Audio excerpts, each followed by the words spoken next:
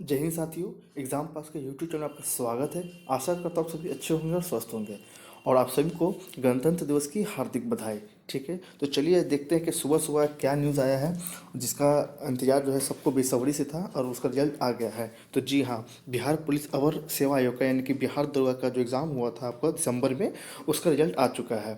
ये कल रात को ही आया है, यानी कि आज रात को मानिए या आज मॉर्निंग को मानिए, ये आ गया है। तो इसके बारे में पूरा देख लेते हैं, कितने बच्चे सफल हुए हैं, क्या कट ऑफ गया है और जनरल का कट ऑफ क्या है, ओबीसी का क्या है, एसटी और एससी का क्या है। तो इसके बारे में पूरा डिटेल्स जान लेते हैं। और आप सभी को अगर अपना रिजल्ट देखना है तो इसके आयोग की वेबसाइट पर जाएंगे और डायरेक्ट उसके फ्रंट पेज में ही जो है पीडीएफ आपको मिल जाएगा। तो आप वहाँ से डाउनलोड करके देख लेंगे। बाकी मैं कुछ कुछ दिखा देता हूँ, आप देख लीजिएगा और जाके प्रिंट आउट कर लीजिएगा। अगर आप इसका पीडीएफ चाहते हैं तो मेरे टेलीग्राम लिंक पे ये डाल दिया गया है, आप वहाँ से जाके डाउनलोड कर सकते हैं। और टेलीग्राम का जो लिंक है डिस्क्रिप्शन में दे दिया गया है। तो चलिए देखते हैं। यहाँ देखेंगे आप कि बिहार पुलिस अवर सेवा आयोग, ठीक है, हार्डिंग रोड पटना 8 लगे। ठीक है, आगे देखते हैं इसमें। तो चलिए हम डायरेक्ट बात करते हैं कि इसमें क्या है। तो एग्ज़ाम जो आपको पता है कि 17, 12, 23 को रविवार को हुआ था। ठीक है, आगे देखते हैं, 2 पालियों में ही हुआ था, यहाँ तक सही है। उसके बाद देखते हैं कि लिखित परीक्षा में लगभग कम से कम 536754 यानी कि 5,36,754 अभ्यर्थी सम्मिलित हुए। ठीक है, यहाँ तक सही है। और 21,758 अभ्यर्थी कदाचार तथा अन्य कारणों से अयोग्य घोषित कर दिए गए। यानी कि अब कितने बच्चे निकले हैं आपके? 5,36,754। ठीक है, अब देखिए यहाँ पे कि किसने क्या गलती किया है। तो कदाचार के मामले में आपको 38 हो गए हैं। ओमर पर गलत रोल नंबर के कारण आपके इतने हो गए हैं। और गलत जो आंसर होता है उस पर डालने के कारण अपना 7,000 लगभग हो गए हैं। और हस्ताक्षर नहीं के कारण 600 हो गए हैं। तो ऐसे करते करते करते लगभग 21,758 बच्चे ऐसे हैं जो असफल घोषित कर दिए गए, क्योंकि उन्होंने अपना शब्द सही से नहीं डाला। इसलिए एग्ज़ाम में कहा जाता है कि आप जब भी एग्ज़ाम दें तो सबसे पहले धैर्य बना कर रखें और जो पूछा जा रहा है वही एग्ज़ाम में ले जाएं और उसको फिल करें अच्छे से, ताकि कोई दिक्कत ना हो। क्योंकि आप इतना मेहनत से एग्ज़ाम देने जाते हैं, उसके बाद अगर आपका रोल नंबर के कारण या सिग्नेचर का रिजल्ट नहीं आए तो काफ़ी दुख होता है।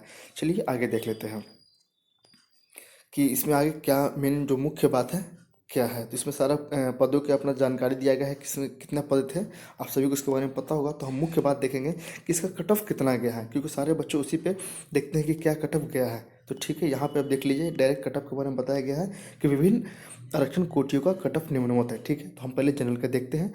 तो जनरल का कट ऑफ का कितना क्या है? 129.60। ठीक है, और महिला है कितना है? 110.20। ठीक है, आप कट ऑफ देख लीजिए कितना है। तो कम से कम लगभग 65 दूनी 130, कम से कम 65 क्वेश्चन आपका सही होना चाहिए था जनरल में, तभी आपका आएगा। और सही होना चाहिए था, पर सही होना चाहिए था ज़्यादा, क्योंकि अगर आपने नेगेटिव किया हो तो आपको भी पता है कि नेगेटिव 0.2 नंबर था, तो नेगेटिव घट के नीचे आ जाएगा। इस कारण से कम आपने 70+ सही किया होगा तभी आपका रिजल्ट आया होगा। ठीक है, क्योंकि यहाँ देख लीजिए 130 नंबर आप मान के चलिए, यानी कि 65 दूनी 130। ठीक है, यानी कि कम से कम आपका 70 या 72 सही होना चाहिए। ठीक है, आगे देखते हैं कि आर्थिक रूप से कमजोर जो है ईडब्ल्यूएस वाले कितना है। तो उनका है 122। ठीक है, यानी कि उनका 62-63 क्वेश्चन, यानी कि लगभग अगर आप 65 क्वेश्चन जिनका सही था, 65 to 70 क्वेश्चन, तभी तो कट के वो माइनस होकर आया है ना।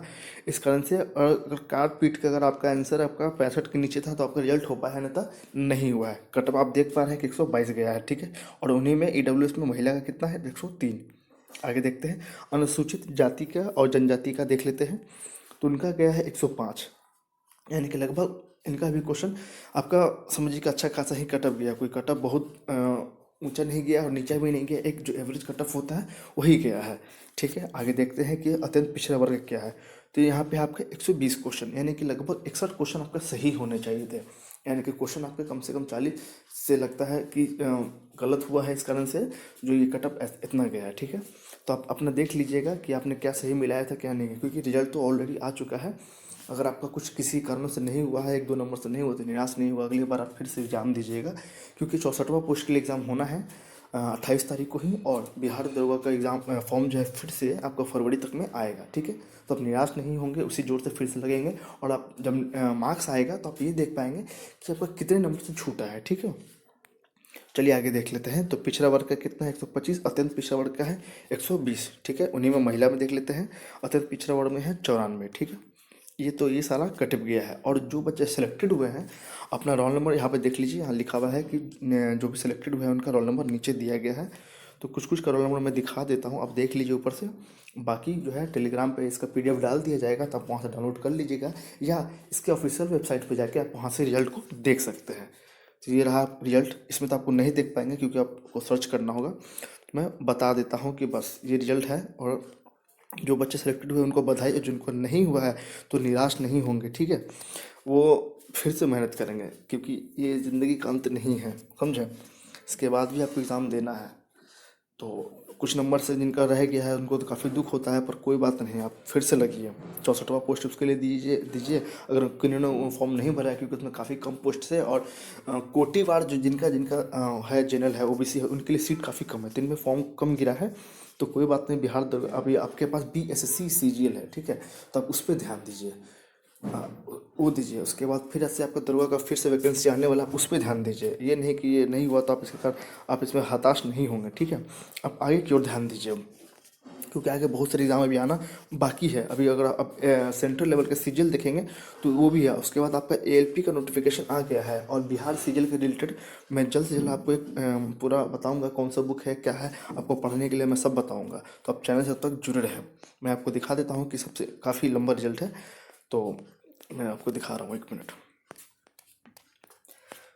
और जो बच्चे सीजीएल का फॉर्म में करेक्शन नहीं किए हैं तो जल्द से जल्द जाकर अपना करेक्शन कर लीजिए। रहा आपका लास्ट पेज, ठीक है। इसमें वही दिया गया है कि प्रारंभिक लिखित परीक्षा के आधार पर अगले चरण के लिए योग्य पाए गए अभ्यर्थियों को मुख्य लिखित परीक्षा में सम्मिलित होना अनिवार्य होगा। मुख्य लिखित परीक्षा के प्रावधान इस शर्तों विज्ञापन के अनुरूप हो, यानी कि जो बताया जा रहा है कि जो भी सिलेक्टेड है उनको एग्ज़ाम देना है, उनके लिए कुछ कुछ ये दिया गया है। तो आप इसमें आप देखिए, नोटिफिकेशन जब पढ़ेंगे तो उसमें आपका दे दिया गया है। तो मुख्य मुख्य बात ये रही कि रिजल्ट आ चुका है, कट ऑफ जनरल का गया है, ओबीसी का एसबीसी का मैंने आपको सब बता दिया है। तो इसके हिसाब से आप देख लीजिएगा कि अगले बार का तैयारी कैसा रहेगा, कौन से बुक से क्वेश्चन आया था, कहाँ से क्वेश्चन लड़ा है, आप इसी पे रिसर्च करेंगे। और बाकी मुझे जितना हो पाएगा मैं आपको वीडियो के थ्रू बता दूंगा कि किस बुक से ज़्यादा क्वेश्चन आए हैं, कट ऑफ इतना गया तो उसका क्या कारण था, ठीक है। तो मैं जल्द से वीडियो लाने की कोशिश करूंगा, और साथ ही साथ मैं बिहार सीजीएल के लिए अभी आपको 1-2 दिन के अंदर मैं आपको पूरा गाइडेंस दूंगा, और बताऊंगा कि इसमें आपको कौन सा बुक पढ़ना चाहिए, लास्ट मोमेंट पर क्या करना चाहिए, और फॉर्म में क्या क्या अपलोड करना है। क्योंकि अभी आप हड़बड़ा के फॉर्म को फिर से नहीं भरेंगे, समझे। आपको मौका दिया गया 1 महीने का टाइम, यानी कि 1 महीने इसलिए दिया गया है कि अगर वो जो जो सर्टिफिकेट मांग रहा है आप उसको लाएं और फिल करें, कोई गलती नहीं भरना ताकि दिक्कत ना हो, समझे। तो आशा करता हूँ आपको ये वीडियो समझ में आया होगा, और अगर वीडियो समझ में आया तो इस वीडियो को लाइक कीजिएगा और चैनल को सब्सक्राइब कीजिएगा। तब तक के लिए जय हिंद।